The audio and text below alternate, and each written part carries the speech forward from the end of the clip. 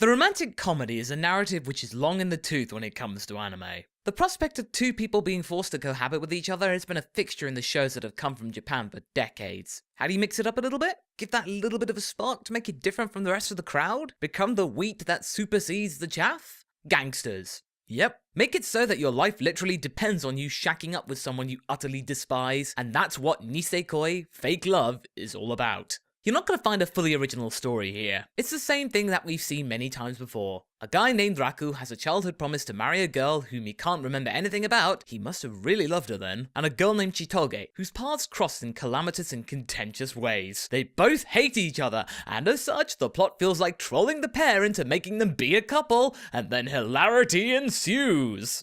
That's it. The difference here is that in a normal teenage angst fest, there's no real sense of urgency or necessity for the romantic couple to be tied together. Here though, there is. If Raku and Chitoge don't shack up, then their respective gangs will wage a full-scale war. That's reason enough to at least play along with the farce. I don't feel bad giving away the spoiler because you can see the mile off. These two are going to be the titular couple whether you like it or not. It's shoved in your face like Chitoge's knee in Raku's face. Not enough drama for you? Well, the childhood crush is present too! Onodera, Raku's classmate, is thrust into the show as it is so clear that she is the crush from the rather filmic intro. You can see it coming. And that's Nisekoi's problem. The subject matter, on the whole, is stale and predictable. If you subscribe to a particular formula of story, you have to face the restrictive and linear path that lays before you. It's a shame because the presentation is really good. Sharp is one of the most eye-catching studios out there when it comes to anime. They were the driving force behind Madoka Magica, Sayonara Zetsubo Sensei, Maharamatic, the Monogatari anthology, and many other modern classics. It's got their visual cues all over the shop.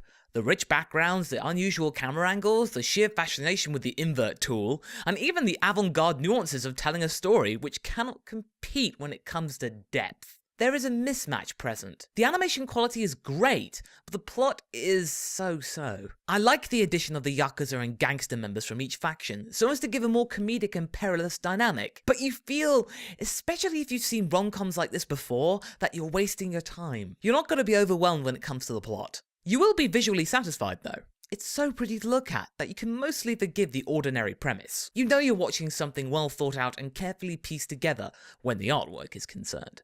You sort of feel bad for Onodera, Raku's intended romance. She's a sweet girl who is a little bit of a klutz, but makes up for it in terms of kindness and thoughtfulness. She's the polar opposite of Chitoge. Onodera is destined, at least for the immediate future, to be out of Raku's reach because the plot says so. Chitoge's American streak, she's half American on her dad's side, explains a lot. Americans in anime are often portrayed as brash, loud, aggressive, and not that smart, which I find unfair, by the way, when placed in a Japanese society. This incompatibility between her and Raku is the backbone for this story. They have to hate each other, at least at first, or else the plot will go nowhere. It's the whole, if they liked each other, we wouldn't have a story argument, which I feel negates any artistic merit and encourages angst and drama for the sheer sake of it. So what do I think of Nisekoi? When all is said and done, I like it.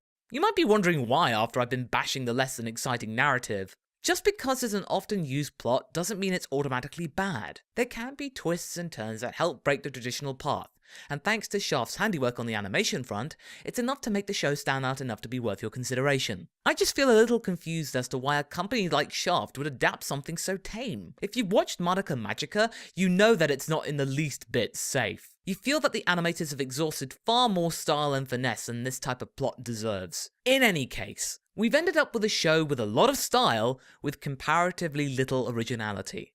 Nisekoi is available to stream on Daisuki. My rating? Continue.